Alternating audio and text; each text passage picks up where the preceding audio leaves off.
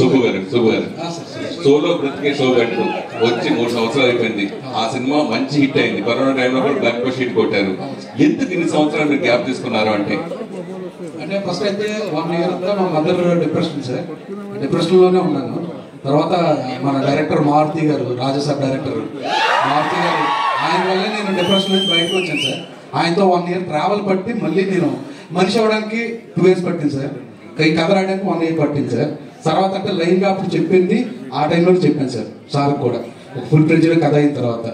So birth waiting sir. నాకు ఏదో 3 years waste అయింది అనుకోవట్లేదు, కానీ నేను మనిషిగా మళ్ళీ మారడానికి, మనిషి అవ్వడానికి రీజన్ అయింది సార్ 3 years. ప్లస్ ఇంత కాన్ఫిడెంట్ గా మీ ముందు రావడానికి కూడా అంటే ప్రెస్ మీట్లు లేదా ఏదైనా లాంచ్లు అంటే ఎక్కడో చిన్న తడబాటు ఉంటుంది సార్.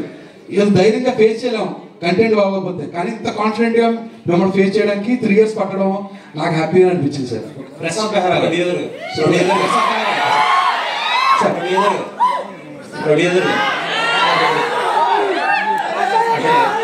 నాకు స్పీచ్ లో ఎవరు వచ్చినా తగ్గేదే అంటున్నారు. ఇప్పుడు పుష్ప 2 తర్వాత 2 వారాలకు సినిమా వస్తుంది.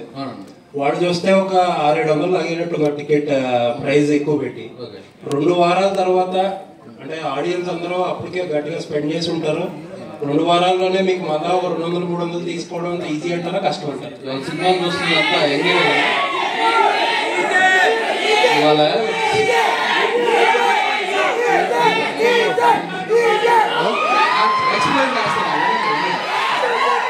ఇవాళ సినిమా చూస్తున్నంత యంగ్ పీపుల్ కదా సార్. వాళ్ళందరూ పుష్ప ఉదయం 7 గంటలకు చచ్చిపోతారు. మాకు 15 రోజులు గ్యాప్ ఉంది. మొన్నే దీపావళికి 3 సినిమాలు వచ్చినాయి. నైదా ఒక సినిమా 8 కోట్లు చేసింది, ఒక సినిమా 10 కోట్లు చేసింది, ఇంకో సినిమా 5 కోట్లు చేసింది. మంచి సినిమా తీస్తే 3 సినిమాలు నిజంగా మన తెలుగు ఆడియన్స్ హిట్ చేస్తారు. డెఫినెట్ గా పుష్పాన్ని చూస్తారు, బచ్చలు మళ్ళీ చూస్తారు. హీరోలకి టెక్నీషియన్లకి కథ బాగా చెప్పారు. థియేటర్ కళ్ళు కాంపౌండ్ లేకపోతే కన్నీళ్ళ కాంపౌండ్ అవుతాయి సార్. కన్నీళ్ళ కాంపౌండ్ అవుతాయి డెఫినెట్ గా. కన్నీళ్ళతోటే ఎండ్ వస్తారు సార్. సో కళ్ళు కాంపౌండ్ అవు సార్, కన్నీళ్ళ కాంపౌండ్ అవుతుంది. నిజంగానే బాగా చెప్పారా లేదండి? లేదు సార్, ఎందుకు చెప్తాం సార్? బార్లో కబుర్లు చెప్తాం సార్, కథలు ఎక్కడ చెప్తాం సార్. ఇండస్ట్రీలో పెద్ద అందరూ ఏమంటారంటే తీస్తే చిన్న సినిమా తీయాలి, లేదంటే పెద్ద స్టార్లతో సినిమా తీయాలి, మిడిల్ రేంజ్ సినిమాలు ఆడవు, వాళ్ళకి చాలా రిస్క్లు ఉంటాయని చెప్తుంటారు. కానీ మీరు మిడిల్ రేంజ్ సినిమా తీసి హిట్ కొట్టారు. ఆ సీక్రెట్ ఏంటి సార్? కథలే సార్.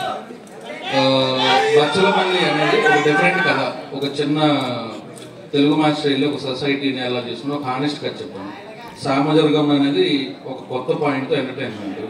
భైరవకోన్ అనేది ఊరంతా దెయ్యాలు, ఒక మనిషి వెళ్తే ఏంటనేది ఏంటో అలా కొత్త కథ. ఇది మళ్ళీ ఒక కొత్త కథ. ప్రతి ఒక్క ఇంట్లో నేను చెప్పలేను, కానీ ప్రతి ఒక్క లైన్ లో బచ్చలపల్లి కంపల్సరీగా ఉంటాడు. ప్రతి ఒక్క ఇంట్లో వాళ్ళు ఎమోషన్ ని చూస్తారు, ఏడుస్తారు, నవ్వుతారు. ఇలా ఉండకూడదు అనుకుంటారు. ప్రతి ఒక్కరు ఓన్ చేసుకునే కదా బచ్చలపల్లి.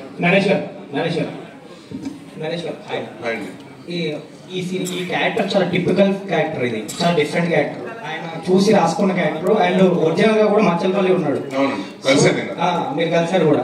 సో ఈ క్యారెక్టర్ లోకి వెళ్ళడానికి కానీ ఇది లోపలికి వెళ్ళడానికి టైం పట్టిందా మీకు, లేదంటే అతన్ని స్టడీ చేశాక కొంచెం బిహేవియర్ ఇంపార్టెంట్ కదా ఈ క్యారెక్టర్ కి?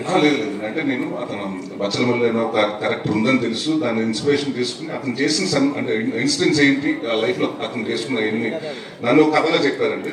సో నేను అనుకున్నట్టు ఆయన ఏమనుకున్నారంటే నాకు ఇలా కావాలంటే ఇలా బాడీ లాంగ్వేజ్ ఉండాలి, అలా ఉండాలి, నాకు లూజ్ బాడీ లాంగ్వేజ్ ఉండాలి, ఈ సినిమాకి హీరో స్టిక్ ఉండకూడదు, కొడితే అలా అది